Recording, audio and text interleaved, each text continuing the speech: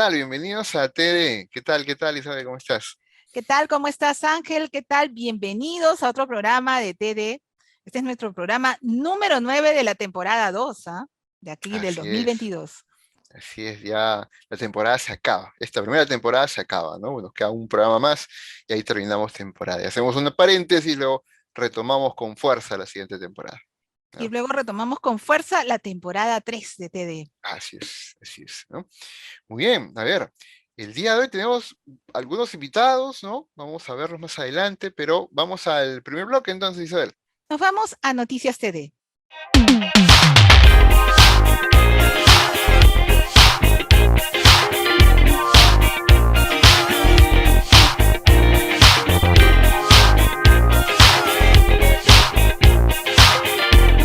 Bien, ahora estamos en Noticias TD. En esta oportunidad, siempre los invitamos a que visiten nuestro sitio web de TD y ahí van a poder encontrar varias noticias muy importantes. Y entre ellas, nosotros hemos encontrado una noticia muy importante aquí que tiene que ver con la salud pública. Vamos a verla. Y el TikTok, ¿no? Sí, cuando empezaba a explorar sobre la importancia de las noticias, ¿no? Y estos temas, hablamos que los TikTok está lleno de mitos sobre salud. Pero hay unos influencers, un grupo de influencers que son preparados en salud, que están cambiando esto, ¿no? La noticia la pueden encontrar también en la web de Salud con Lupa. Pueden encontrar el artículo completo haciendo clic ahí donde ven en pantalla. Así que es importante de empezar a romper mitos, empezar a romper eh, pseudociencias que explican cosas que son inviables y ahora hay médicos, hay especialistas que están tratando estos temas y están utilizando el mismo canal de TikTok para empezar a romper mitos, ¿no? ¿Qué te parece, Isabel, esa importante noticia? Qué importante que ya nos venimos dando cuenta de que tenemos que ir luchando contra las noticias fake y que ya encontremos a influencers que se están encargando de eso, ¿no? Que ya no solamente colocan cosas de moda o retos o hacks, sino que también ya se están preocupando por esclarecer las noticias, ¿no? Y Así colocar es. de fuentes fidedignas las noticias y los temas de interés. Así es, ¿no? Un poco la estrategia es utilizar el video de TikTok de la persona que ha estado divulgando noticias falsas o pseudociencias y detener justo donde se tiene que hacer la aclaración, ¿no? Esa es un poco la estrategia que sigue, ¿no? Y Hay con el mucho lenguaje trabajo, ¿no? comunicacional que usan los chicos, ¿no? Sí, Para que realmente se pueda entender. exacto. Así que los invitamos a que entren a nuestra página web. A través de la página web de TD van a poder encontrar el artículo completo de Salud con Lupa donde se habla de este tema, ¿no? A ver, para recordar el título, TikTok está lleno de mitos sobre la salud, pero, pero hay unos influencers que están cambiando esta realidad. Bien, ya pasamos al siguiente bloque, Isabel. Así es, nos vamos al siguiente bloque.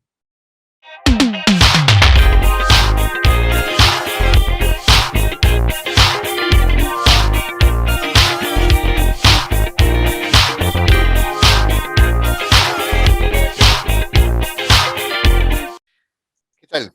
Tenemos a Fabricio López de Pomare, entrevista a TD. Fabricio, ¿qué tal? Bienvenido, gracias por estar con nosotros, Fabricio. A ti, Ángel, siempre una alegría poder conversar contigo sobre los temas que planteas. Fabricio, coméntanos, ¿qué estás haciendo profesionalmente? ¿Cómo estás desarrollando profesionalmente en este momento? A ver. Bueno, gracias por la pregunta, voy a ser breve para no aburrir. Yo soy psicólogo, actualmente capacitándome, formándome en temas de computación. Estoy en la UBA estudiando ciencias de la computación, porque tengo interés en desarrollar línea de investigación que intersecte psicología con las herramientas que ofrece la computación hoy en día. Entonces, ese es por el lado que me vengo formando, y me dedico a todo lo relacionado a la editorial, con la Sociedad Psicóloga Humanista, y también asesoramiento académico, temas de investigación en psicología. Entonces, gira muy en torno a lo académico, a la investigación, y perfilando, formándome para estos temas que algún momento he podido comentar, de hacia dónde vamos como sociedad, como especie, ¿no? Pero buscando esa intersección de psicología, desarrollo moral y las herramientas que nos dan las nuevas tecnologías. De manera breve sería el perfil que tengo. Magnífico, magnífico. Gracias por estar con nosotros, Fabri. Bien, el tema que nos convoca es bullying y otras formas de hostigamiento en la escuela, en el colegio. Eso no es un fenómeno reciente, ¿no? En el backstage estábamos hablando de ello y no es un fenómeno reciente, ¿no? Pero una de las cosas que siempre me he preguntado es, ¿bullying es toda forma de hostigamiento? ¿Hay otras formas de hostigamiento? ¿Qué condiciones deben de darse para que uno diga esto es bullying? ¿No? Sí, lo primero que dices no es reciente, una manera de poder medir qué tan reciente es cuando se ha empezado a escribir de manera académica al respecto, y hay registro que desde el año 1970 empieza a documentarse académicamente este fenómeno. Ujú. Pudo haber empezado antes, con toda seguridad, verás que son los nombres que le asignamos y la atención académica que le damos lo que más o menos define cuándo arranca un campo, cuándo nace un campo, ¿no? Con respecto a lo otro que me dices, va a ser útil recordar la definición más consensuada que se tiene sobre el bullying o ciberbullying, que al español es acoso escolar o ciberacoso, que es lo que cada vez va trasladándose, ¿no? Entonces, ¿cuándo es un acoso escolar? Para ver si este hostigamiento se puede diferenciar de otras cosas, porque tú y yo, ahora en estos tiempos que estamos expuestos a memes, por ejemplo, un meme que yo recuerdo sobre bullying, que te hace pensar y decía, en mi época a lo que hoy le dicen bullying le llamábamos bromas, ¿no? Una forma de criticar quizás una manera solapada de criticar a las personas que denuncian bullying. Lo que me hace volver a tu pregunta importante. Acoso escolar es toda muestra de violencia verbal, física o psicológica que se da de manera constante, ¿no? Hacia una persona o grupo de personas, de parte de, como ya sabemos, generalmente se define, ¿no? El acosador, la víctima y la masa, los testigos, ¿no? Entonces, cuando hay este abuso constante, ¿no? Repetitivo, que se mantiene contra una persona, ya se puede hablar de este acoso, de este hostigamiento. Ahora, ¿cómo lo podríamos diferenciar si tratamos de recordar situaciones escolares? A mí me parece que una manera muy práctica es el momento que la persona no desea ser tratada como un apodo o de alguna cierta manera. Yo te digo, si yo te pongo a ti un apodo que no te gusta y tú me dices, Fabricio, no me gusta que me hables así, por favor no me pongas ese apodo. Pero yo insisto, ya te estoy Ujú. hostigando, Ya. ya te estoy comenzando a ser, digamos, agresivo contigo. Entonces, las bromas son bromas mientras los dos estemos de acuerdo, mientras tú toleres mis bromas y viceversa. En el momento que yo cruzo esa línea y a pesar que la broma no te es cómoda, ya podemos estar hablando de que se está hostigando, y cuando esto se hace sostenido en el tiempo, ya hay un acoso y a dar a las formas que conocemos, los casos que hemos visto con desenlaces incluso fatales. Pero entonces, esto sirve, me parece importante la pregunta que haces, para aquella persona que cree que el bullying está sobredimensionado o que se trata de una sensibilidad exacerbada de parte de las personas, que antes no era así, que antes tolerábamos más las bromas. Yo creo que lo que viene ocurriendo es que cada vez estamos comprendiendo más no solo los fenómenos naturales, sino los fenómenos sociales. Y al tener mejores herramientas para poner la lupa aquí o allá, comprendemos mejor qué está ocurriendo en distintos ámbitos de la sociedad, en este caso de la escuela. Y estamos aprendiendo a poner nombres, etiquetas a ciertas conductas. Entonces, ¿por qué? Oye, pero antes en mi época no se hablaba del bullying, podría ser alguien mucho mayor, o etcétera. Pero vamos comprendiendo más cómo son las cosas, cómo funciona no solamente, repito, la naturaleza, sino la sociedad. En ese sentido podemos empezar a diferenciar. Las bromas van a seguir. No se trata de esto de que ahora ya nadie bromee entre amigos o con mujeres, no. Sino que ahora vamos comprendiendo qué cosa puede, digamos, interrumpir el desarrollo, ¿no? Eso es algo que también ya en su momento lo veremos, ¿no? Más o menos qué efectos puede tener esto. Pero ahorita el tema es hostigamiento, cuándo lo es, cuándo no. Yo creo que es muy útil tener en cuenta al momento que la persona te dice, no me gusta que me trates o me hables así, por favor no continúes. Cuando uno no respeta eso, ya podemos decir que está hablándose, ya se está hablando de algo de acoso, ¿no? Ujú. Ya no se respeta. Quiero resaltar algo que mencionas, ¿no? El hecho de que hay documentación e investigación al respecto y eso le pone luz a un tema que probablemente no estaba tan identificado, ¿no? Y Claro, no porque antes se creía que la Tierra era plana, la Tierra es plana, ¿no? Realmente. claro. Entonces la evolución ha hecho que hemos mejorado en entender mejor la realidad a través de la ciencia, ¿no? Eh, Hay una pregunta atada a esta, tiene que ver con, en el bullying también hay un hostigamiento colectivo, ¿no? No solo de uno a uno.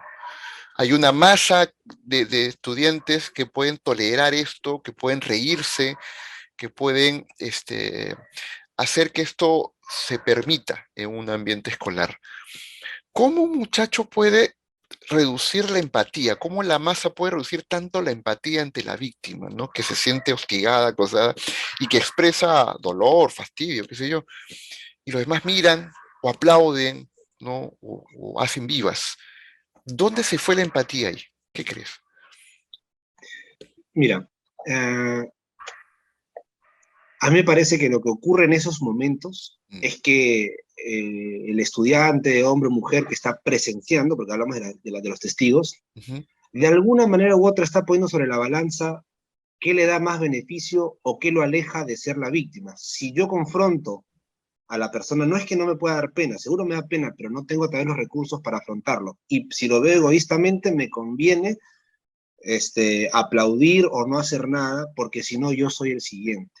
ujú, Entonces, capaz la empatía está presente, pero está siendo, digamos, secuestrada o reprimida, por así decirlo, porque hay otros elementos que comienzan a agarrar más valor, ¿no? O sea, nuevamente estoy arriesgando mi imagen social, estoy arriesgando mi integridad, yo puedo ser la siguiente, el siguiente. Entonces, eh, eso también me da pie a mencionar algunas medidas que se toman en colegios de distintos países, ¿no? Que intentan un poco liderar las medidas contra el bullying. Y gran parte de eso es, como te podrás imaginar, no tanto a la víctima, perdóname, no tanto al acosador o a la víctima, sino a los testigos, sino cambiar actitudes, cambiar, y repito, cambiar actitudes en los testigos, porque seguramente participa el componente de lo empático, pero no llega a ser suficiente para poder explicar el por qué no participan, sino, por ejemplo, en la Argentina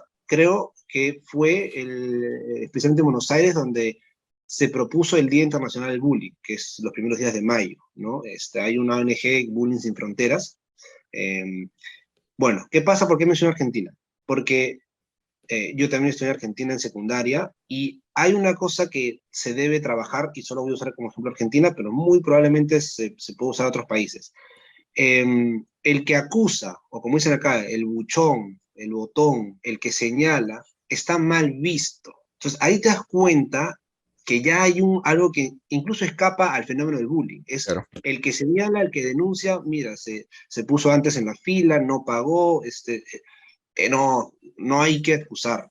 Ya, esa actitud es, por ejemplo, algo fundamental que se debe de cambiar, porque eso se va a mantener, ahora volviendo a los testigos que presencian un acto de bullying. No, no, si yo acuso, si yo digo lo que vi, me van a hacer la cruz porque está mal acusar, no está bueno ser buchón, no Mm, está bueno ser buchón señalar. entiendo. Entonces, la empatía, por supuesto que está ahí, pero yo creo que no es suficiente, ¿no? O sea, la deben mantener, deben sentir pena, pero el tema es que no tengo los recursos. ¿Qué voy a hacer yo? ¿Qué pasa si soy en colegio, etapa escolar, chiquito, o soy mujer y no tengo la fuerza para ir a pelear? Claro. Nadie me va a hacer caso. Mejor simplemente no participo por último, o mejor aún, me camuflo aplaudiendo, me camuflo, ¿no? Entonces, sería mi primera respuesta. Creo que se puede desarrollar un poco más, pero no sé si en principio comienza a cubrir un poco de, Ujú, de la, ujú. de la- Ahora, las otras formas de hostigamiento probablemente vienen también de la autoridad, del docente, ¿no?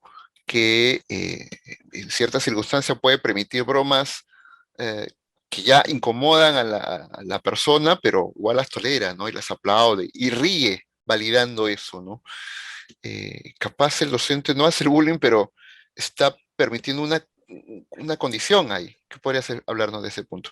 Sí, que de hecho em, estamos a unos cuantos clics de ver ejemplos en Internet de cómo los docentes juegan un rol importante, no solo porque quizás ellos puedan participar, que eso es más grave, ¿no? Sino porque Claro. incluso el no hacer nada, ya también, o sea, encima si ves la autoridad del salón que no haga nada, es una luz verde absoluta a todo tipo de conducta de acoso. Entonces, Mm, ahora, Una de las razones también puede ser porque el docente no está capacitado y tal vez sigue con la actitud de que así es el colegio o así son las bromas. Entonces no está capacitado, no se está actualizando sobre el fenómeno del bullying para desarrollar un ojo que pueda diferenciar entre las bromas y entre el acoso.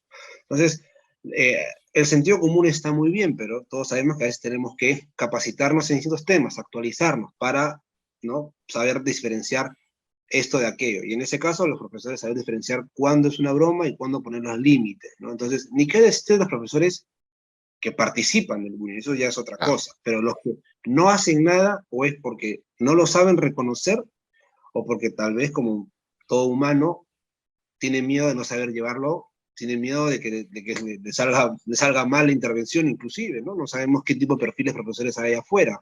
Hay profesores que tal vez podrían ser incluso víctimas de burlas y no quieren exponerse. Entonces, los casos son, ¿no?, muy variados, pero pasa por la capacitación. Pasa porque inclusive ellos mismos sean los primeros en cambiar esa actitud de señalar, acusar, etcétera, es lo adecuado, ¿no? Y Ya. saber reconocer. Entonces, capacitación en una palabra. Ahora pasemos a la parte de las víctimas. ¿Qué efectos puede generar el estar expuesto al bullying en las víctimas? Se correlaciona bastante con desajuste en lo psicológico, y eso quiere decir es un gran cajón que que incluye, uno puede desarrollar trastornos de ansiedad, depresión, aislamiento social, inclusive ya las conductas pueden comenzar a ser más variadas dependiendo de otras cosas que rodeen a ese estudiante en particular. Y vamos a los ejemplos más trágicos, venganza. Aquellos que realmente, ¿no? Y si vamos a una sociedad como Estados Unidos, ¿no?, ya te puedes imaginar cómo se pueden multiplicar los efectos dependiendo del contexto en el que te encuentres, ¿no? Pero de manera basal, como base, ya la persona no va a funcionar igual porque está en edades donde son una esponja, donde lo que ocurra a su alrededor conforme va creciendo lo va a afectar. Entonces, si maltratan tu autoestima, si socialmente te dan donde más duele, y así creces y no te defienden, es muy probable que la persona no tenga un desarrollo saludable, ¿no? Es muy probable que eso le pase factura en los próximos años. O sea, desde ese entonces en adelante. Por eso es que el bullying ya es casi, si no es acaso considerado, un problema de salud pública. O sea, que eso ocurra, que un chico, una chica sufra, y los casos que puedes ver, Ángel, todos sabemos, pueden ser brutales. O sea, podemos ver que patean, que escupen, que te escriben en la carpeta. O sea, pueden ser muy humillantes. Entonces, y a esa edad es peor. Si no tiene acompañamiento, los marca, los va a marcar. Entonces, podemos mencionar, como te digo, ¿no?, la ansiedad, depresión, y seguir, la lista puede seguir, pero en conjunto la persona ya va a tener un desarrollo afectado. Ya, ya que la autoestima se desarrolle con problemas, ya eso jala otros deterioros, o sea, si se va a deteriorar de otras maneras y a lo largo del tiempo, a menos que tenga un acompañamiento psicológico, a menos que eso lo vaya superando, ¿no? Pero creo yo que para poder combatir el bullying, como tú bien planteas, hay que hacerse preguntas para definir bien el problema, para definir la naturaleza de este fenómeno y los efectos que tiene, porque no es algo que se quede en el colegio y una vez que acabas el colegio, oye, hijita, hijito, olvídate del bullying, ya pasó. No, te está afectando el desarrollo de tu personalidad. Y eso se va a evidenciar de alguna u otra manera dependiendo del ojo de la persona que la rodea y se dé cuenta que algo no anda bien, que esa persona en algún momento se va a notar cómo eso le factura caro, ¿no? Entonces, no es algo aislado temporalmente para el colegio, sino tiene repercusiones a lo largo de su desarrollo como persona. Ahora, la persona agredida es de la que estamos hablando en este momento, ¿no? La víctima. Pero el victimario, el jovencito de la misma edad, la chica de la misma edad, ¿es posible que sea una víctima en sí misma y que camufle esa situación de víctima con ensañamiento hacia otro, con violencia contra otro? Eso cambiaría el enfoque de cómo tratar al victimario, ¿no? Sí, bueno, es una de las explicaciones más a la mano y es válida, ¿no? Es decir, que las personas que ejercen este acoso muy probablemente responden a contextos similares en casa. muy probablemente no saben cómo manejar ciertas frustraciones, ciertas emociones. Y además también algo que ahorita, o sea, que no se ha mencionado de momento, es que un elemento que hay en estos fenómenos del bullying es también el tema del poder, ¿no? O sea, ya a estas edades, los que abusan eh, ejercen y quieren demostrar que tienen poder. Entonces, bien podría ser que en casa las cosas no anden bien, en la casa de aquella persona, del acosador o acosadora, ¿no? O bien puede ser que anden bien y simplemente esta persona no sabe, no le han enseñado a poner límites. Todo lo que quiere lo quiere conseguir como sea. Es una persona, imaginémonos, popular o no en el colegio, entonces está acostumbrado a que todos le den like a todo lo que hace. Entonces, comienza a desarrollar un poder que quiere seguir ejerciéndolo y demostrándolo, y eso puede llevar a humillaciones. Si voltea y ve que tiene tribuna, que le celebra, y esa es otra parte, ¿no? Que los testigos, algo que, por ejemplo, Finlandia es uno de los países que también tiene sistemas innovadores con respecto a la lucha contra el bullying, y una de las cosas es quitarle tribuna, ¿no? O sea, no se celebra, porque el bullying también se va a empezar a pagar cuando se dé cuenta el acosador que no hay gente quien le celebre, no hay gente que le respalde, no hay gente que vea bien la humillación que está haciendo. Entonces, sí, la persona que comete el acoso muy probablemente está pasando por problemas. También quiere decir que solo lo desconoce o no los quiere conocer, la familia probablemente tampoco. Es un chico o chica que se le salió las manos a los papás, o incluso los papás también tienen modelos de conducta de abuso. Tal vez capaz el chico escucha que el papá o la mamá maltrata a sus empleados, maltrata a los de la casa, a los del trabajo, a los de la calle. Entonces, nuevamente, todos sabemos, el modelo que tú tengas en casa eh, marca mucho tu forma de ser. Entonces, sí, se puede ver a la persona que ejerce el acoso como una víctima de un contexto desadaptado en el que crece, ¿no? Igual eso no debe de dejar que se combata, que se interrumpa el bullying que está llevando en el colegio, pero obviamente hay un trabajo familiar que se tiene que hacer allí. Y por eso es que esto no solo es de los chicos, chicas en colegio, sino que los papás, o sea, talleres que deben apuntar a los padres para que cambien actitudes, porque creo que no es difícil imaginarnos que allá afuera hay un papá que dice, son bromas, ya pues que se deje de cosas, ¿no? O sea, eso sigue presente y va a seguir presente a menos que todos, y cuando digo todos es, por ejemplo, tú mañana vas a una charla de papás y escuchas a alguien decir eso, levantar la mano y decir no, y que otros también te apoyen, es verdad, no señor, eso ya no es tan así, las bromas siguen existiendo, pero ya conocemos qué límites no hay que cruzar, ¿no? Porque afecta al desarrollo, a la autoestima, etc. Entonces, es un trabajo donde los papás también tienen que cambiar las actitudes que tienen, Ujú. los profesores, etc. y todos. Entremos a ese último campo. ¿Cómo prevenirlo o cómo mitigarlo? ¿No? Eh, y ahí hablo de la comunidad educativa, ¿no? Ahí están las autoridades, el grupo de estudiantes, los padres de familia. ¿Cómo prevenir? ¿Cómo hacer para prevenir este fenómeno? Como muchas cosas, combatiendo la ignorancia que tenemos, y es decir, vamos a informar, ¿no? Compartir información de calidad, los responsables en comunicar estos, en talleres o como sea que se presente esto, eh, transmitir información de calidad sobre el fenómeno del bullying. Nuevamente con las preguntas importantes que has hecho, ¿no? ¿Qué es? Efectos, cómo delimitar, porque creo que es válido también decir, oiga, no se trata de que se acabaron las bromas, no se trata de que nunca más los apodos, no. O sea, tenemos claro que hay un espacio de recreación, de chacota, de broma, lo comprendemos, pero ya también vamos comprendiendo que hay líneas que marcar. Eso, también creo que una manera de comunicar de buena forma información de calidad actualizada sobre el fenómeno del bullying. Entonces, esa sería la primera manera en la cual combatimos nuestra ignorancia, rompemos estereotipos, prejuicios sobre lo que es la víctima, porque uno, ay, la víctima es muy sensible, y hay que ver el caso y hay que conocer. Entonces, esas cosas hay que romper, generalmente es en los adultos, ¿no? Ya lo segundo es, primero los papás, estos mismos talleres informativos para los trabajadores de la escuela, porque siempre va a haber por lo menos una persona que le parece que es una exageración el tema del bullying, etcétera. Entonces, seguir trabajando con información para sensibilizar, para concientizar que esto no es, ay, ahora todos somos de cristal en ese tema. No, nuevamente, ¿no? Es saber, pero importante, saber comunicar esta información, ¿no? Esta información de calidad verificada, que se reúna importante documentación y se presente de buena manera, unas charlas breves, etc. Luego viene la parte práctica, que ya es, y acá me estoy basando en ejemplos que sea Latinoamérica como en Chile, por dar un ejemplo, ¿no?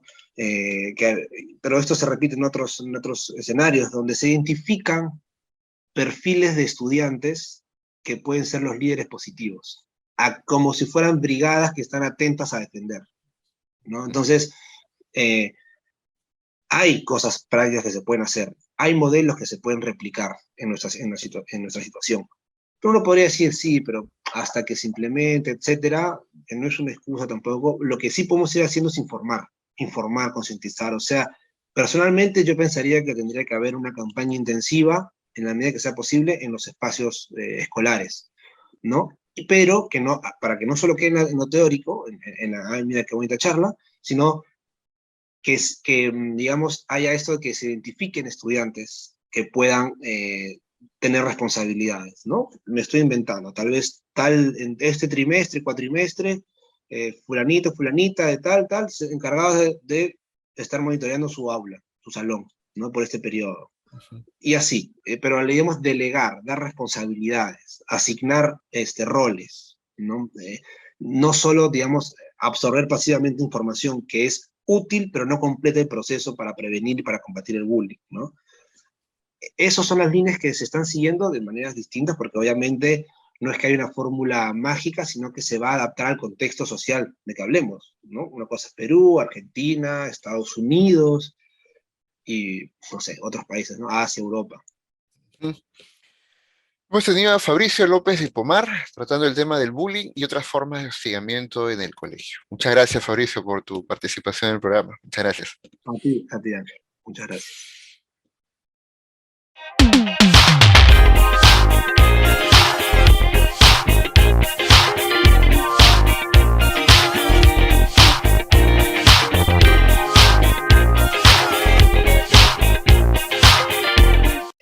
¿Qué tal? ¿Cómo están? Bienvenidos a nuestro bloque Experiencias TD.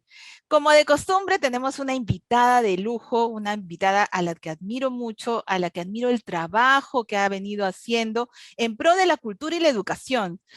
Nos encontramos hoy con Nina. Nina es magíster y arqueóloga, o sea, ella es arqueóloga y magíster. Nina Castillo Sánchez. Hoy vamos a hablar de la experiencia educativa de Capacñán en Cerro Azul. Nina es arqueóloga y gestora cultural. Tiene el grado de magíster en Patrimonio Mundial y Proyectos Culturales por la Universidad de Barcelona y Università degli Studi di Torino, así se menciona, Nina. Universidad de Torino. La Universidad de Torino. Licenciatura en Arqueología por la no menos prestigiosa, nuestra prestigiosa Universidad Nacional Mayor de San Marcos. Cuenta con una amplia experiencia profesional en proyectos de investigación y arqueología para la conservación y puesta en valor de sitios y zonas monumentales prehispánicas. Actualmente dirige la gestión de la zona arqueológica monumental El Huarco, como parte de los trabajos que viene realizando el proyecto Capacñán. Nina, bienvenida. Muchas gracias por la grandiosa bienvenida que me has dado. Mucho título, creo yo. Nina, cuéntanos tu experiencia trabajando en El Huarco, dentro del proyecto Capacñán. Y también dinos dónde queda El Huarco, porque de repente algunos no conocen. Bueno, para empezar, gracias por la invitación. Y bueno, El Huarco queda en Cerro Azul. Cerro Azul es un distrito que se encuentra bien cerquita de Lima, solamente a 2 horas siguiendo la Panamericana Sur, hasta la altura del kilómetro 131. Y el sitio se encuentra ubicado específicamente en el balneario de Puerto Viejo. Nosotros, como proyecto que dirige la gestión en la zona arqueológica, venimos trabajando desde el año 2014, pero nuestros trabajos empezaron primero como un proyecto de investigación, ¿no? Se hicieron 3 temporadas de investigación en la zona, y recién en el año 2018 es que se incorpora una visión más integral, que es la visión que trabaja el proyecto Capacñán, que trabaja en función de 3 ejes, ¿no? Que es la investigación, que ya la veníamos haciendo, la conservación y puesta en valor, y el trabajo sociocultural, que es el trabajo que se hace con las comunidades, sobre todo porque también hay una visión del uso social del patrimonio arqueológico aparte del proyecto Capañán. Entonces, nosotros, como te digo, empezamos con un proyecto de investigación y lo que resalto de este proceso es que nosotros como arqueólogos, ¿no? Y yo como arqueóloga de formación, siempre que hemos intervenido, bueno, hasta ciertas épocas, porque creo que ahora las visiones han cambiado, llegábamos a un sitio solamente y netamente a intervenir, o sea, hacer excavaciones de investigación, y había una poca relación con la comunidad. Entonces, el hecho de nosotros habernos quedado también en Cerro Azul nos ha dado esta amplitud de las expectativas que los proyectos de investigación generaban en las comunidades, ¿no? Y es así que en este trabajo del 2014, nuestro primer acercamiento con la comunidad, y por estas expectativas, porque siempre te encontrás con gente o público que iba a la zona arqueológica o que ya te reconocía como extraño y te decían, pero ¿qué están encontrando? ¿Qué ven? O sea, que están encontrando oro y cosas así. Entonces el proyecto, el grupo de trabajo que tenemos, decidió hacer la primera exposición fotográfica, ¿no? Esa fue una exposición fotográfica en medio de la plaza, ¿no? Fue de noche, y bueno, y era simplemente para que todas las personas que estuvieran en ese momento pudieran ver la galería en fotos, todo nuestro trabajo. Lo interesante de esta experiencia es que nosotros, que no pensábamos que habíamos, o sea, en esta visión de estas expectativas siempre pensamos en la gente mayor, pero en realidad tuvimos la grata sorpresa de que fueron los niños quienes se sorprendieron como más, ¿no? O sea, nunca habíamos percibido que se abriera una curiosidad tan grande, ¿no? Que eso fue lo primero que nos sorprendió. Teníamos a varios grupos de niños viendo los paneles, y mira, bueno, acá resulta que Cerro Azul es un pueblito, y entonces los niños están hasta tarde. Y claro, y recuerdo que salían de una fiesta este grupo de niños y habían los niños del parque, ¿no? Entonces todos estaban frente a los paneles y nos estaban preguntando, ¿y qué es esto? ¿Y qué es el otro? Y como también habíamos puesto algunas imágenes en video, también estaban sentados viendo el video. Y era un video de un mini documental que habla del Capañán, ¿no?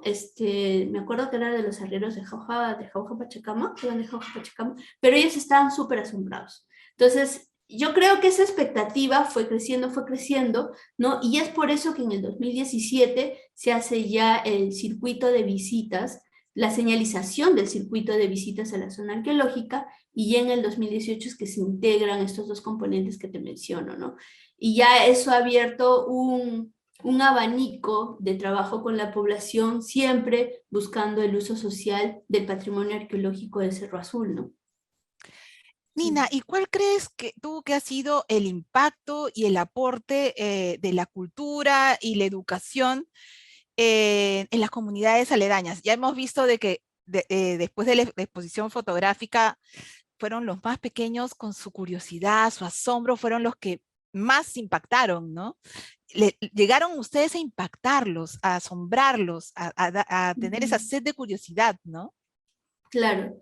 Lo que nosotros también notamos en el proceso es que, y bueno, y cuando llegamos también es como que el sitio estaba muy desconectado de la población, o sea, del mismo centro poblado de Cerro Azul, ¿no? Y porque encima la zona arqueológica no está en la periferia de Cerro Azul, pero sí está como en un lado de Cerro Azul, ¿no? Inclusive para el acceso, o sea, para acceder, es como que se hace un embudo en esa zona, ¿no?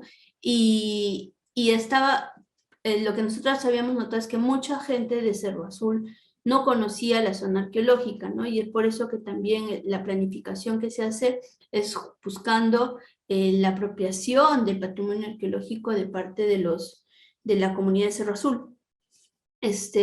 Bueno, y en ese proceso es que se hacen ya los trabajos que te mencioné, pero sobre todo aplicamos algunas estrategias de acercamiento, ¿no? Y una de ellas, que fue en el año 2018, fue la creación de un personaje que se llama Warki, ¿no? Y bueno, que hace poco hablé de él, ¿no? Fue un proceso creativo, ¿no? Cuyo autor fue Brian, y bueno, y fue el empuje también de todo el proyecto, que Warki se convierte como el personaje que conecta, sobre todo con los más pequeños, ¿ya? Y lo impactante es que también Warki nace en una coyuntura cuando los Juegos Panamericanos se estaban dando en 2019, y como había este personaje, que era Milko, que también es un personaje recreado de los Cuchimilcos, ¿no? Entonces decíamos, bueno, que Warki sea el sobrino perdón, el primo sureño de Milko, y que lo reciba cuando vengan los competidores a Lunahuaná.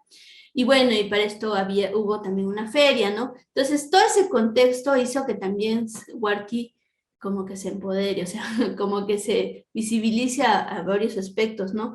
Y Warki no solamente pues hablaba de Cerro Azul, sino hablaba de los huarcos, ¿no? Porque él viene de ahí.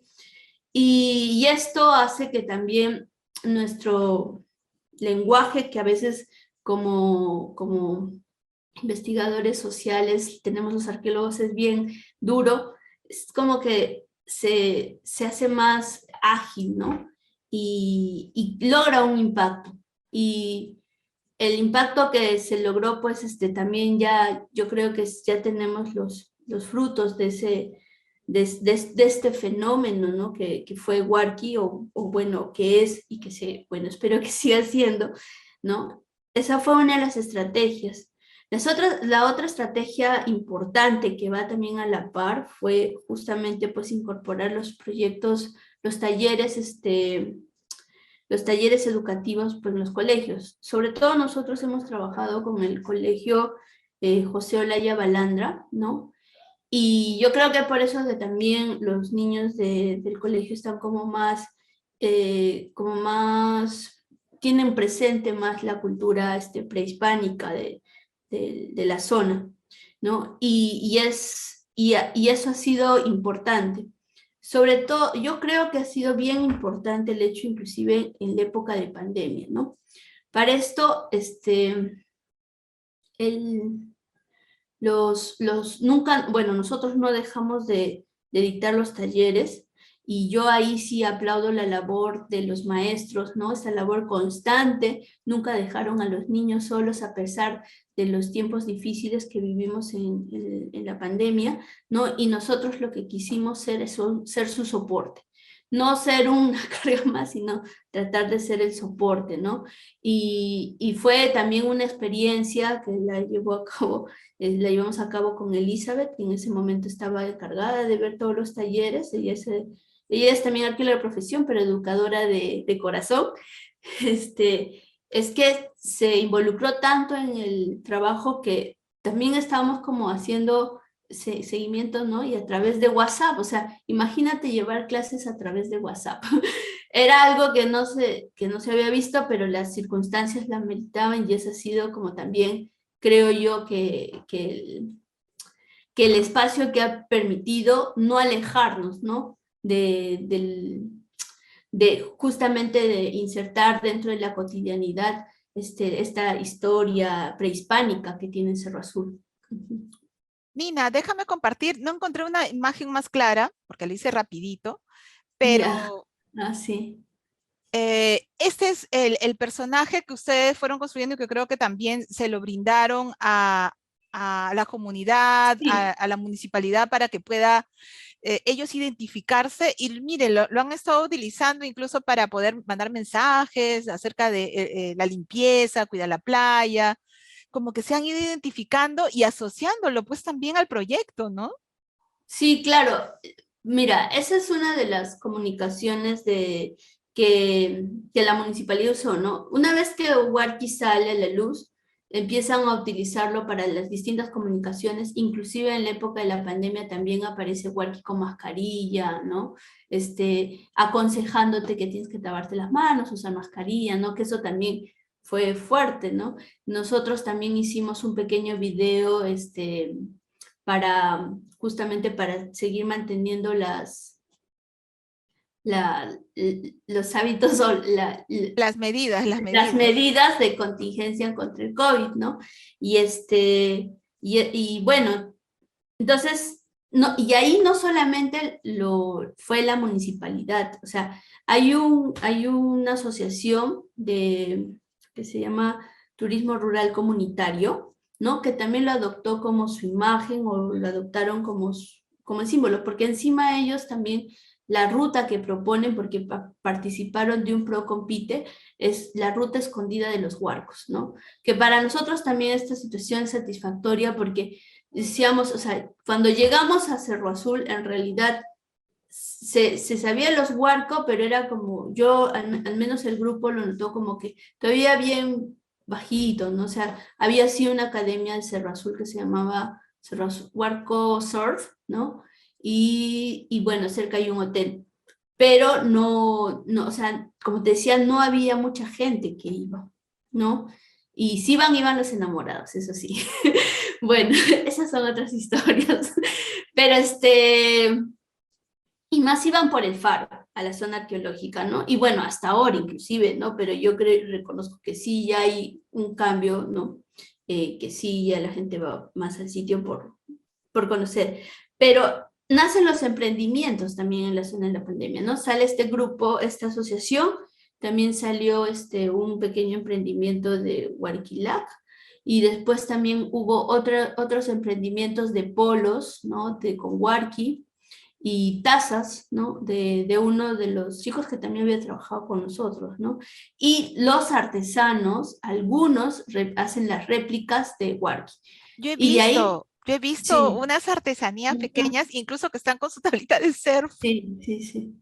Y lo otro grupo fueron pues los artistas, ¿no?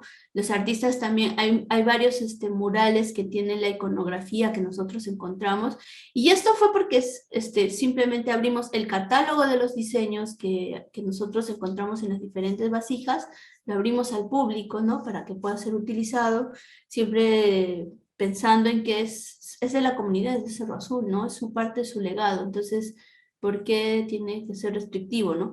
Claro, el tema de la recreación, ya el tema de los diseños y la autoría, ya eso es algo que también lo conversamos con cada colectivo, ¿no? Pero surgen estas cosas que a nosotros nos llenó de bastante alegría. Otra cosa que pasó en la zona arqueológica, ¿no? En el año 2019 sobre todo, y eso es también como parte de lo que el proyecto quiere, ¿no? De usar los espacios arqueológicos son tales como espacios de uso público. Entonces, las actividades que se propusieron es hacer ya, es hacer cine en la zona arqueológica, ¿no? Al que le llamamos ciclos de cine Capacñán. Entonces, en el 2020, que ya teníamos una programación casi por todo el año, empezamos proyectando en verano, ¿no? Fueron 2 funciones multitudinarias de entre 169 personas, ¿no? Que fueron a la zona arqueológica, y eso que ya habíamos tenido experiencias. Pero ¿por qué también nacen estas experiencias? Es porque lo que pasa es que Cerro Azul es un sitio que es bien fácil de enamorarse y de quedarse, porque es un sitio tranquilo, apacible, todavía se respira estas Y los costumbres mejores atardeceres. sí, de pueblo, claro, pero hay esta hermandad que existe, ¿no? De la vecindad, ¿no? Que todavía se conservan en pueblos pequeños, ¿ya? Y es un sitio que está súper cerca a Lima, ¿no? Entonces, te encuentras con esto, es un lugar donde puedes caminar tranquilo, conversar con el vecino, ¿no? Hay todos estos vínculos que se van formando. Entonces, es bien fácil de enamorarse. Entonces, en ese interín de todos los trabajos, nosotros conocimos a 2 cineastas, que es Rodrigo Otero y Maya Tilma, que nos proponen hacer, bueno, ellos participan de los estímulos del Ministerio de Cultura para presentar un proyecto de cine participativo, ¿no? Un mini documental de cine participativo para hablar de Cerro Azul. Y lo interesante de este proyecto es que abrió el corazón de Cerro Azul, ¿no? Y eso también a nosotros nos da otra mirada de cómo usar el sitio, ¿no? Entonces, la presentación del documental, la primera vez se hizo en la zona arqueológica, fue una presentación pequeña, porque también en ese momento no teníamos la logística, ¿no? Para hacer algo más grande, y, y para empezar se llenó. Y después, o sea, el impacto de ver la película en la zona arqueológica fue bastante. O sea, ya de por sí la película es bastante, como te digo, abre el Tanto que corazón. tuvieron 2 funciones. Sí, o sea, se presentó esa vez, se volvió a presentar, bueno, en Lima, y se volvió a presentar en la zona arqueológica, se volvió a presentar en la plaza, y así, ¿no? Entonces, y dijimos, entonces sí o sea, sí se puede. Y ya volvimos a ir a presentar La hija de la laguna, y el 2020 vamos a tener ya una cartelera seguida, ¿no? De cine en Tuhuaca, bueno, era Cine Capacñán.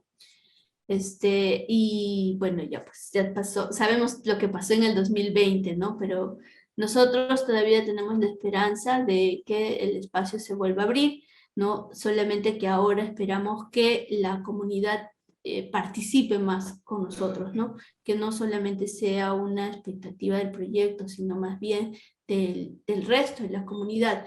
Sobre todo porque es una forma de afianzar el verdadero querer, ¿no? Y sentir de la comunidad con respecto a su zona arqueológica, ¿no? Ujú. Sí. Nina, qué gran satisfacción deben sentir ustedes cuando iniciaron el proyecto y de repente tímidamente iban viendo, bueno, seguramente va a ser lento, y de pronto sintieron ese impacto de la llegada a los más pequeños, luego a los más grandes, y así fue creciendo, ¿no? Incluso con Sí. presentaciones de cine, la apertura del centro arqueológico, y la llegada el impacto a la sociedad, ¿no? Que se va acercando al trabajo que ustedes vienen haciendo. Nina, ha sido un placer. Muchísimas gracias Gracias a por toda ti. por todo lo que nos has mencionado de esta experiencia que ustedes han vivido, de cómo el cambio que ustedes han hecho de aperturar, acercar la cultura a la sociedad, hace un cambio en las comunidades. O sea, no mantenerlo cerrado como hermético, sino al contrario, ustedes se acercaron a ellos y ahora hay un cambio que incluso se sienten más identificados, tienen un símbolo de identificación porque ustedes han aperturado el catálogo para que ellos puedan utilizar los símbolos y puedan incluso hacer emprendimientos. Y hasta hay una ruta turística que se ha aperturado con el nombre del Huarco, ¿no? Sí, mira, yo creo que de la experiencia en realidad, el trabajo para que el trabajo sea mucho mayor, más sostenible, ¿no? Inclusive más apegado a la comunidad, tiene que ser un trabajo participativo, colaborativo, ¿no? Y eso es algo que hemos aprendido en el proceso también, ¿no? Y sobre todo el hecho de escucharnos, ¿no? Porque nosotros no veníamos con una verdad, porque en el proceso también nosotros hemos aprendido, o sea, nosotros comprendemos que, por ejemplo, los pescadores son estos personajes que son identificables en Cerro Azul, son los que moldean la cultura cerroazuleña, ¿no? Que en realidad nos han enseñado inclusive a identificar técnicas, instrumentos, la tecnología pesquera, que para nosotros en ese momento, o sea, en el momento de las excavaciones todavía no las comprendíamos, ¿no? Y escucharlos también desde su propio sentir ha hecho que también nosotros tengamos otra apertura, o sea, sacarnos esta careta, o sea, sacarnos esta, no careta, sino sacarnos a veces Esos pensamientos, ¿no? este ego que tenemos académico, ¿no? Y sino ponerlo a un lado, y también, como te decía, es un proceso de escucha, ¿no? De escucharnos entre todos. Y yo a ese nivel agradezco mucho a la comunidad de Cerro Azul, porque ha sido un aprendizaje también para nosotros. No creemos que tengamos la verdad, Más bien nosotros esperamos siempre que haya un trabajo, como te digo, participativo, colaborativo. Esa es nuestra nueva apuesta, ¿no?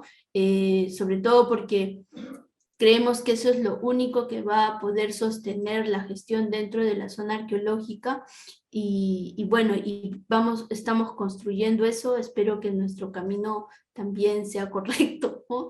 Y si no es así, que también la comunidad nos juzgue, ¿no? Si nos hemos equivocado.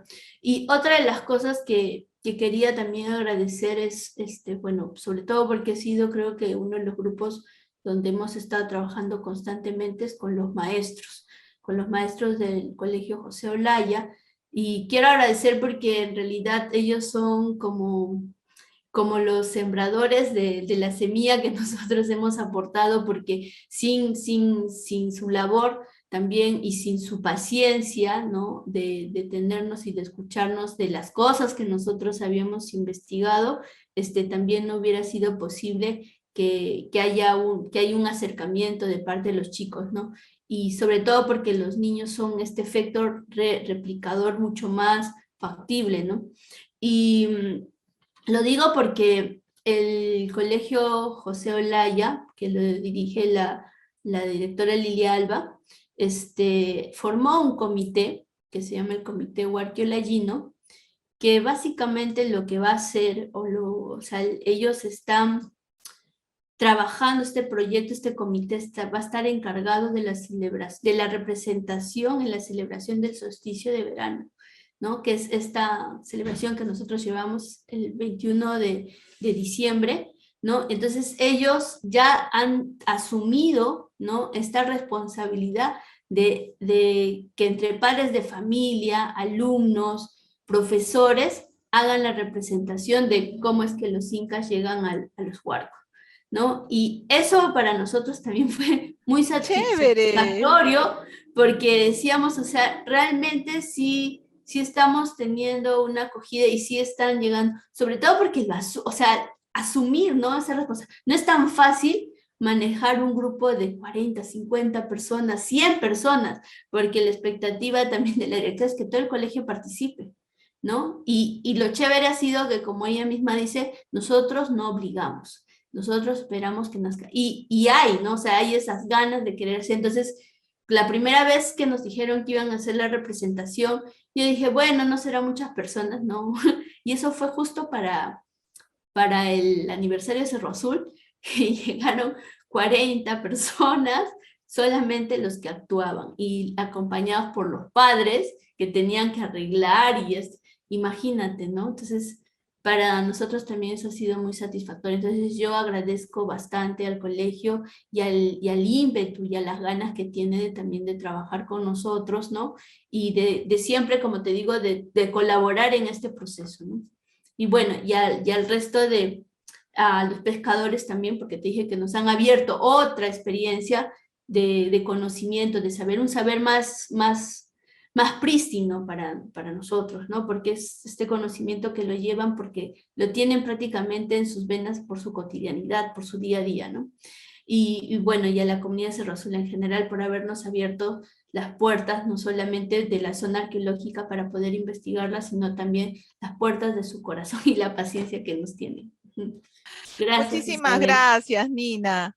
Ha sido un placer haber podido entrevistarte y que cuentes la experiencia del proyecto Capacñán en Cerro Azul, en el Huarco. Muchas gracias, Isabel. Gracias a todos. Cuídate.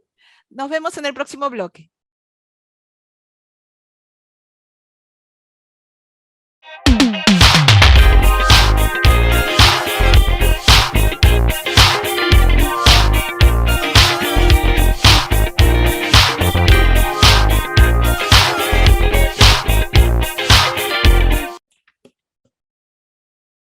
¿Qué tal? Bienvenidos a Conversando el Futuro. ¿Qué tal, Marcela? ¿Qué tal? Qué gusto. ¿Cómo vas, Ángel? Bien. Muy bien, Marcela, ¿no? Estamos en la cuarta parte. ¿Cuarta parte de qué libro, Marcela? Un libro que nos ha dado bastante de qué hablar. Este libro es El fin de la fe, religión, terror y el futuro de la razón, escrito por Sam Harris. En esta ocasión vamos a hablar de la parte número 4, bastante ácida, que se llama El problema con el Islam. Así es, bastante ácida, ¿no? Pero siempre el pie de página, ¿no? La claqueta de inicio, ¿no? Te dé, por si acaso, no suscribe ni niega las versiones que plantea Sam Harris. Lo que estamos haciendo es un análisis del documento de Harris, del libro, y si quieres tener una discusión, pues escríbele a él, ¿no? Búscalo en redes y escríbele a él directamente, ¿no? Podemos tener matices a favor o en contra de algunos puntos de vista de Harris, pero no es una posición pues, que asumamos a rajatabla, ¿no? Por si acaso, es un análisis académico.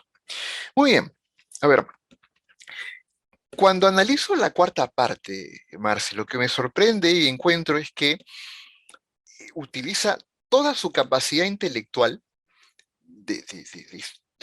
casi de historiador, de filósofo, de sociólogo, ¿no?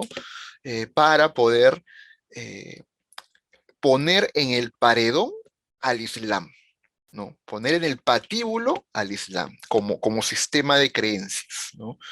Como sistema de creencias, ¿ah?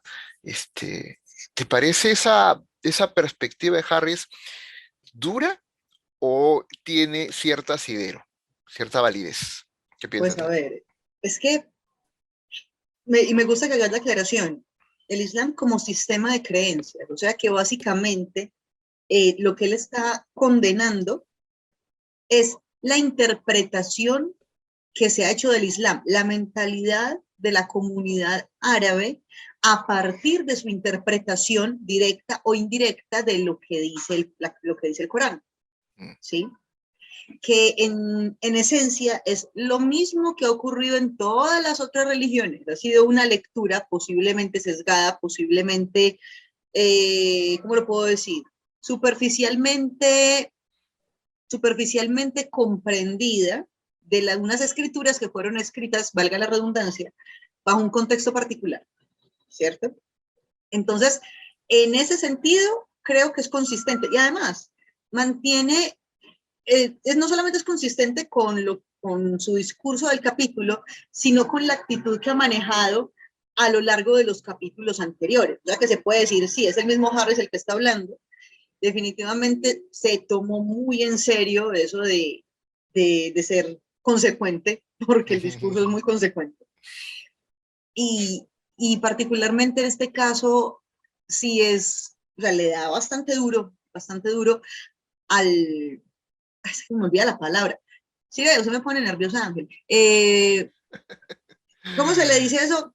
A ver, no a la interpretación, a la asimilación Ah, ya. que se ha hecho actualmente de los preceptos de esta escritura. Ujú. Ahora, él parte de una hipótesis, ¿no?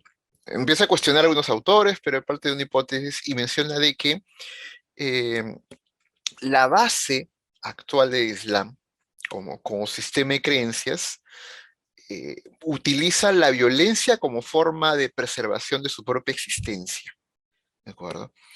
Y que eso justamente, esa base de sistema ideológico de creencias que utiliza la violencia para preservarse a sí misma, ¿ok? Eso es lo que se tiene que combatir, ¿no? Y es más, ahí sí lo cito, puesto lo que acaba de hacer es una interpretación de lo que dice Harris, pero acá sí lo cito a él. Estamos en guerra contra el Islam, así de contundentes, ¿no? ¿Qué piensas de esas afirmaciones y esa hipótesis que tiene? Concuerdo en que hay que estar en guerra y pues aquí estoy hablando, pues estoy siendo literal y también estoy hablando en un lenguaje ilustrativo. Mm. Hay que estar en guerra con todo lo que implique dañar a otros y dañar al otro. Eso no lo voy a discutir. O sea, nosotros lo que buscamos es que cada día se logre crear un mejor mundo para todos. Y si es mejorar las condiciones de vida de toda la especie y también de toda la naturaleza en general. Ahora, el estar en guerra contra el Islam hay que descomponerlo. Estar en guerra contra lo que dice la escritura literalmente, estar en guerra contra la interpretación que se hace en las diferentes como derivaciones o, o las interpretaciones que se brindan a la comunidad, estar en guerra con digamos como con los planes que se llevan a cabo empleando el Islam como justificante, como lo hemos dicho en otros escenarios, estar en guerra contra la mala traducción o la traducción descontextualizada de algo. ¿Estar en guerra contra qué? Y creo que lo primero en este caso es revisar los fundamentos sobre los cuales se está haciendo la interpretación. Es curioso porque Harris lo menciona. Por ejemplo, puedo utilizar un término que él cita y dice, así dice literal, y es la yihad. ¿Sí? La yihad habla de lucha, habla de no sé qué, pero dice se puede traducir como guerra santa. Mira eso, se puede traducir. No dice se traduce. Quiere decir que la palabra yihad tiene diferentes significados. Eso indica que en función del contexto se ha empleado para favorecer ciertas conductas en la comunidad. Una comunidad que no se ha caracterizado por ser la más, digamos, la que tiene mayores ingresos, la que tiene un mayor ingreso per cápita o una mayor riqueza en general. No, una comunidad que ha sido vulnerable, que ha sido pobre, y entonces ha podido ser manipulada en buena forma por esa traducción.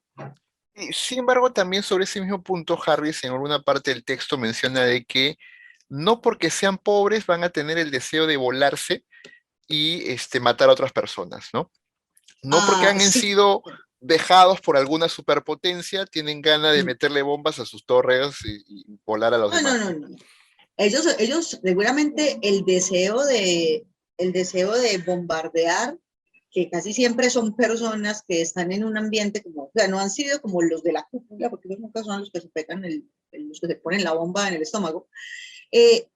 Son personas que tal vez no desean, no tienen nada en contra de ese otro país, pero saben que, o al menos les han enseñado, que es necesario evangelizar, voy a utilizar esta palabra porque es más común para mí, evangelizar a ese otro país, a esta otra cultura, y que entre más personas estén involucradas en ese sacrificio, mejor va a ser. Entonces, entre más masiva sea la inmolación, mucho mejor. ¿Por qué? Porque básicamente en esa interpretación de lo que dicen las escrituras se ha llegado a la conclusión de, no, tenemos que llevar más almas al cielo. Ay, pero ¿cómo las llevamos? Pues, boom, y se van sin preguntar, pues, no. Sí, suena salvaje, pero, o sea, yo me inmolo, me pongo una bomba en mi cuerpo, voy a un lugar, me vuelo, ¿no? Vuelo en pedazos, no porque matarte, no, sino porque yo quiero ir al cielo que Alá me profesa, ¿no? Exacto. Al Y lo que estoy paraíso haciendo es compartir, estoy compartiendo esto con otros, sean o no parte de mi religión. Es como, ¿sabes qué película se me ocurre? Mad Max.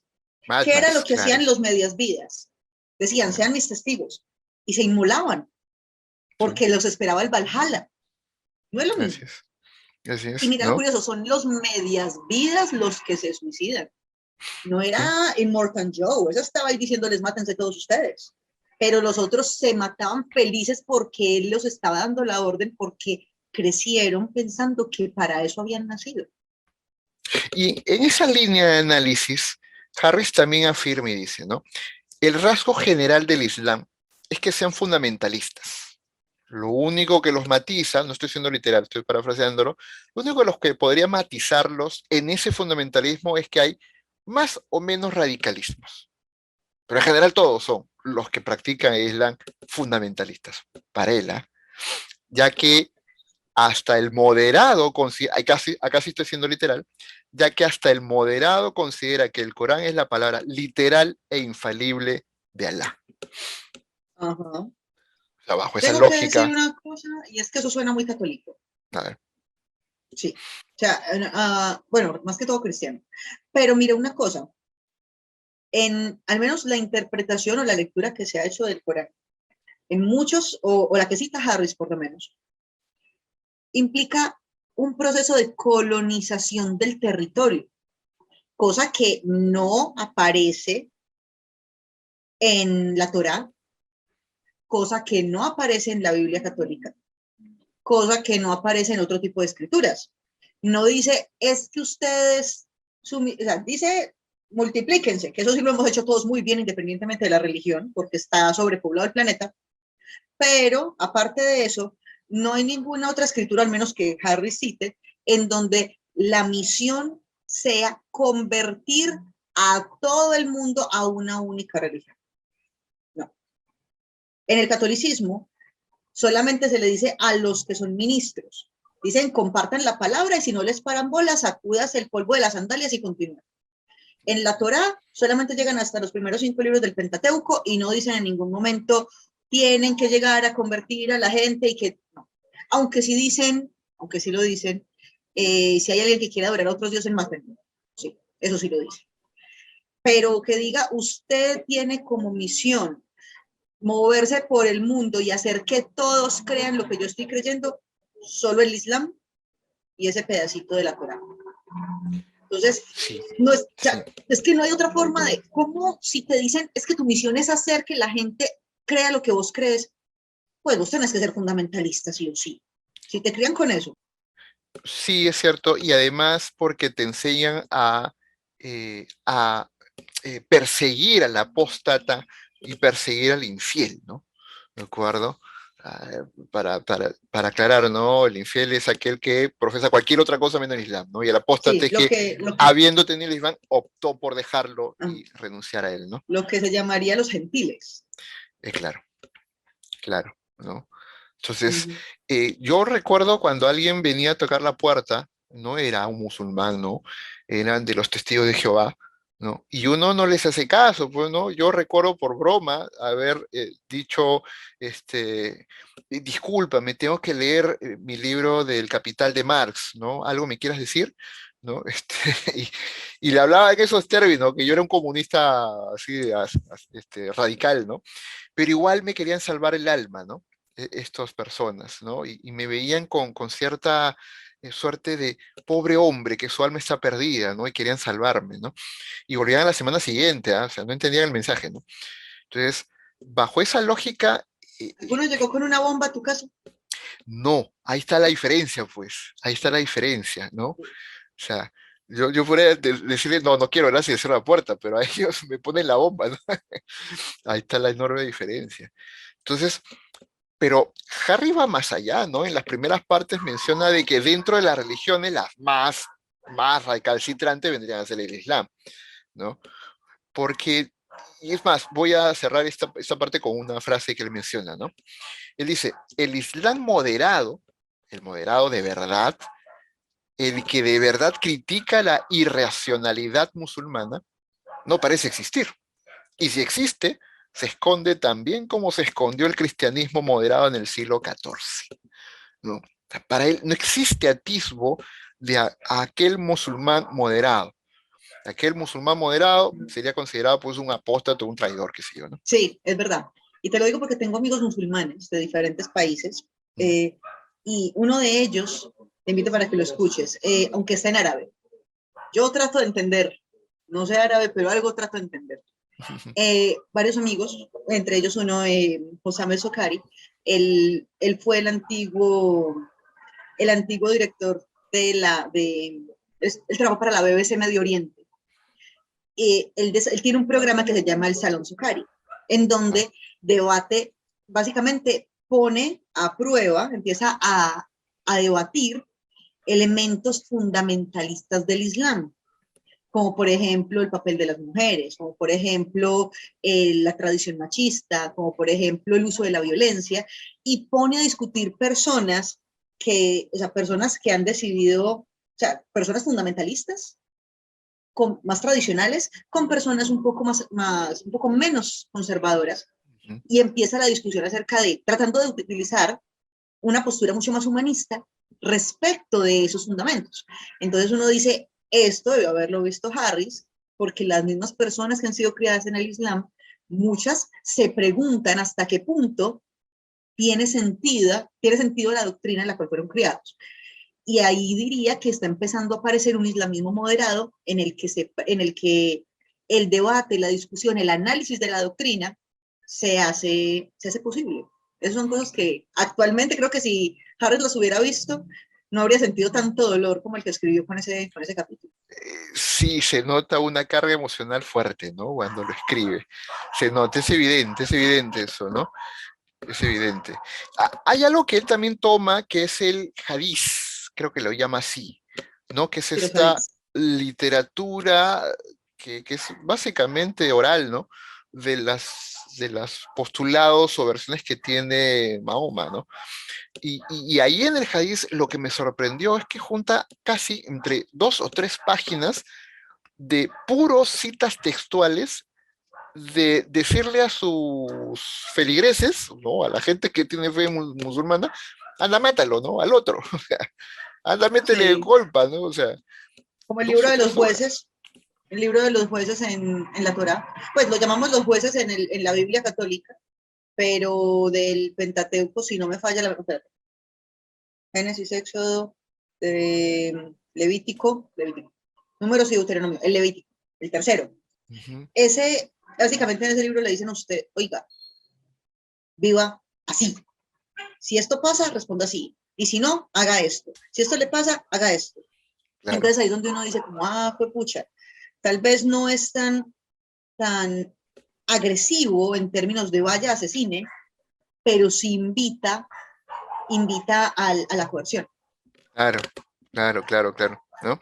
Ahora, lo que me he dado cuenta también, y ahí corrígeme, porque me parece que tú tienes mucha mayor formación en esto que yo, es que en el caso de la Biblia del cristianismo, ¿no? El Antiguo Testamento es la figura de un Dios más dictador, un Dios más duro, un Dios más vengativo, ¿no? Pero viene Cristo, cambia el asunto, ¿no? Siendo judío él, y y revende a Dios, ¿no? Le hace un brainstorming y le cambia la marca, ¿no? ¿Ok? Utilizó design thinking para crear el Nuevo Ah, Testamento. exacto, hizo todo eso y lanzó una nueva marca, Dios 2.0, Dios amor, Dios buena onda, ¿no? Dios peace and love, ¿no? Pero eso no ocurre en el fenómeno del Islam. Eso ocurre al revés. Mm, Antes, me parece, Mahoma tenía una espiritualidad más de vocación, de ayuda al prójimo, después se vincula el poder y eso transforma su visión de la vida. ¿Eso es cierto? sí, a ver. Particularmente el Islam, la línea del Islam, de los países árabes, y la línea judeo-cristiana tienen un mismo origen, que es el Claro, patriarca Abraham, así es. ¿sí? Simplemente que uno se fue por los lados de Egipto, porque de hecho Ismael nace de Agar, que es la concubina egipcia de Abraham, por allá. Ujú, Mientras que Isaac, que después asume el nombre de Israel, es nacido de mujer hebrea, ¿sí? Que ajá, es Sara. Sale todo para allá. En teoría, los dos parten de los mismos valores familiares, en donde Dios es el que dice que se hace. O sea, se escucha siempre la palabra de Dios. ujú, ¿Qué pasó? Que resulta que Isaac tuvo sus hijos, Ismael tuvo sus hijos. Cuando se va la línea judía por Jesucristo, o Cristo, o Jesús, o como sea que lo queramos llamar, el hombre aparentemente, al menos desde la tradición, el hombre mantiene una postura célibe con todo y su bar mitzvah y toda su vaina en el templo. Mahoma, en cambio, él, él empieza pues como con todo este cuento, pero después contrae nupcias, cosa que no pasa con Jesús, claro, ¿cierto? Las nupcias en este sentido todavía tienen esa tradición de ser políticas, o sea, no son nupcias porque yo te amo, tú me amas, no, sino que hay un arreglo familiar. ujú, Entonces, cuando él se casa, asume las tradiciones de la familia y si es una familia política, se va a meter, o sea, todo el análisis que va a ser un análisis netamente político, un análisis de control y manejo de la comunidad. claro, Mientras que Jesús está en el campo de los revolucionarios, de la resistencia. Entonces, ujú, mira que mientras en la línea del Islam se está buscando el control de la comunidad, en el lado del judaísmo, que luego del judaísmo cristiano, eso básicamente se encarga de la resistencia a la autoridad. Entonces, eso muestra dos caras muy diferentes de Dios. Si claro, sabemos que Dios es el principio inicial, tenemos que cambiar la cara para que asuma la postura de nuestra forma de pensamiento. claro. Y justo en esa línea, Harris menciona, ¿no? Y acá lo tengo en la cita textual. El concepto musulmán de la tolerancia solo se aplica a judíos y cristianos. Son gente de escritura, dice él, ¿no? Sí. De alguna manera reconoce el mismo papá, ¿no? La Sí, misma están diciendo, fuente, somos Sí, primos, es lo que sí. están diciendo. Y a partir de eso, ¿no? Las demás creencias son depravadas, que no tienen posibilidad de redención, porque simplemente, como no tienen la misma raíz de escritura, las demás podrían ser mucho más perseguibles, ¿no?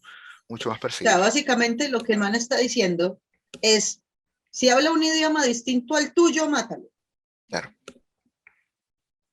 Claro, Porque ¿no? pues los judíos, o sea, el hebreo judío, el árabe, el islam, tienen origen semítico. Los dos escriben de la misma forma, se leen muy parecido. Si no Ajá. hablas parecido a mí, te mato porque no te entiendo. ¿Es en serio? ¿Vos te Absurdo, imaginas ¿no? que nosotros, sí, vos te imaginas que nosotros los latinoamericanos que hablamos castellano, cada uno con sus variantes, emprendiéramos una guerra contra, por ejemplo, contra los Estados Unidos y Canadá, porque ellos hablan inglés? Sí, suena de locos, ¿no? Pero justo en esa punta del iceberg donde Harris menciona, y eso me pareció loquísimo, ¿no? Cuando él hace una crítica, por ejemplo, a Chomsky, más adelante, en el texto, en el capítulo mismo, ¿no? Y en una onda de, oiga, en resumen, ¿ah? Nosotros, la cultura occidental, basada en valores democráticos, está más avanzada, pues, güey, está más avanzada que aquellos que se han quedado en el medioevo, en el Islam, ¿no? ¿No les gusta lo que digo? Mala suerte. Eso es en resumen lo que plantea Harris, ¿no? Pero esta zona del charco, esta parte del charco, ¿no? América y todos los países alineados como Europa también que están dentro de sus mismos valores, pues hemos evolucionado moralmente, ideológicamente y en bienestar de de las personas. Ergo, tú no, hay que hacer algo con ustedes porque si ustedes ahora tienen bombas atómicas, y eso es un riesgo, ¿no? Darle bombas atómicas a un fundamentalista es Sí, peligrosísimo, ¿no? Es lo que plantea él. sí. De hecho ahorita que lo mencionas, vos mencionabas en alguna oportunidad en otro episodio que eso era como darle una metralleta a un mono. Ah, Y se lo mencionaba a un amigo y él me decía, por lo menos el mono escucha el primer disparo y suelta el arma, nosotros no. claro, el otro no. Sí, qué Claro, o tristeza, sea, ¿no? discúlpame al mono entonces. Tengo que Sí, disculparme con el el mono. mono tiene más sentido. O sea, el mono usa el sentido, no sé qué tan común, pero lo usa más que nosotros. Sí, sí. Esa crítica cuando la plantea así, me sonó obviamente muy soberbia, muy geocentrista, en el sentido de Total. esta lógica de Bourdieu que hablaba sobre los hegemónicos y subalternos, ¿no? La hegemonía está dentro de Europa y América y esos valores, ¿no? Pero cuando tú te encuentras con alguien tan radicalizado a partir de su religión, no hay diálogo, no hay posibilidad de conversar, no hay posibilidad de racionalizar Sí, nada, ¿no? es complicado, porque las personas que han buscado racionalizar también su religión, en muchos casos, pues claro, han sido tratadas de apóstatas, Claro, entonces claro. pues simplemente han optado han optado por simplemente declinar, es decir, fui criado como musulmán, pero no ejerzo, no Mm. practico, y se han dedicado a aprender otras cosas porque su misma religión les dice que no pueden cuestionar. Si uno lo ve en la misma bandera del país, bueno, lo ve en la bandera de Arabia Saudita, por ejemplo, la inscripción que dice Alá es grande y Mahoma es su profeta. O sea, si lo pones en la bandera del país, estás diciendo que todas tus decisiones están basadas en lo que diga Alá y lo que diga Mahoma. O sea, que yo no podría asumir que el país está asumiendo una postura por sí mismo, sino que está esperando que alguien más le diga qué hacer. Bajo esa premisa va a ser difícil un diálogo en el que haya algo que no esté soportado por una escritura. Complicado. Es Claro, difícil. claro, claro. Y además considerando que el Islam es en sí mismo también político, es también Estado, ¿no? O sea, hay un grupo subversivo que se llama Estado Islámico, ¿no? Entre paréntesis, no tiene un Estado físico realmente, pero se conciben así, ¿no? Como un Estado en sí mismo, ¿no? Nación y Estado mezclado con la religión, todo en el mismo paquete, ¿no? Entonces, Como hay que decirlo, como el Estado de Israel. claro, como el Estado de Israel. Exacto, ¿no? Aquí, por lo menos en esta zona del charco, en estos países, hay la influencia católica, es brutal, pero hay gente detrás que dice, oye, separemos pues la religión del Estado, ¿no? Hace tiempo que somos laicos, ¿no?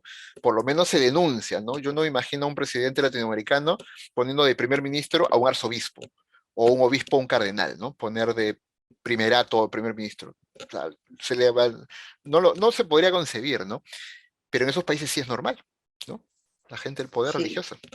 por eso mismo, es donde uno dice, es bastante complicado cuando a nosotros se nos olvida que el mundo va cambiando. Yo sé que a uno le dicen, o al menos las charlas he tenido la oportunidad de tener, cuando le dicen a uno, es que hay que leer las escrituras a la luz de la actualidad. Alguna vez, creo que te lo mencioné en una charla, Así es. se leen las escrituras con el periódico en la mano, Ujú. pero ahí está el detalle. ¿Cuál es primero? ¿El periódico y luego las escrituras para ver cómo interpretar, o las escrituras y luego el periódico para después justificar? Es cierto, esa es la discusión también, ¿no?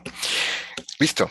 Hemos tocado en Conversando el Futuro, parte 4, el fin de la fe de Sam Harris, ¿no? Así que gracias, Marce, en este episodio. ¿Algunas palabras finales?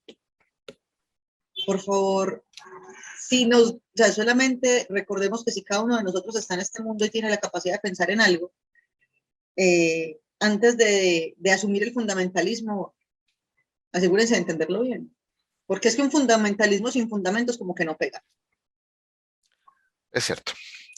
Listo. Ya vamos hasta acá. Nos vemos ya, nos encontramos en un siguiente episodio. Bye bye. Bye.